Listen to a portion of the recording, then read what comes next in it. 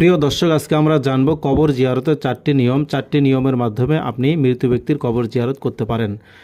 এক, হজরত আলী রাদিয়াল্লাহু তাআলা আনহু বলেন যে 11 বার সূরা ইখলাস পড়বে, তাহলে পাঠক ও মোর্দা উভয়ে সমান সওয়াব পাবে। দুই, হজরত আবু হুরায়রা রাদিয়াল্লাহু তাআলা আনহু বলেন যে সূরা ফাতিহা একবার পড়বে, সূরা ইখলাস একবার, সূরা তাকাসুর একবার পড়বে, তাহলে মাইয়েত তো তার জন্য সুপারিশ করবে। তিন, হজরত আনাস রাদিয়াল্লাহু তাআলা আনহু বলেন যে সূরা ইয়াসিন একবার পড়বে। কবরস্থান হলে না দেখে পড়বে, অর্থাৎ যখন কবরস্থানে যাবে তখন সূরা ইয়াসিন না দেখে পড়বে, মুখস্থ পড়া ভালো। আর অন্য স্থান হলে দেখে পড়লেও হবে, তাহলে কবরের আযাব হালকা হবে।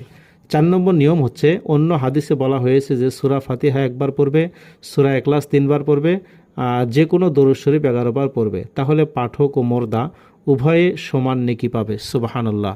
প্রিয় দর্শক, এই চারটি নিয়মের মাধ্যমে আমরা জানতে পারলাম যে চারটি নিয়মের মাধ্যমে মৃত ব্যক্তির কবর জিয়ারত আমরা করতে পারবো।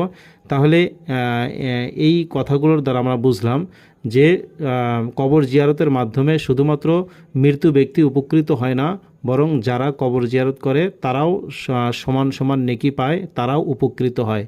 অতএব আমরা সকলেই কবর জিয়ারত করবো ইনশাআল্লাহ।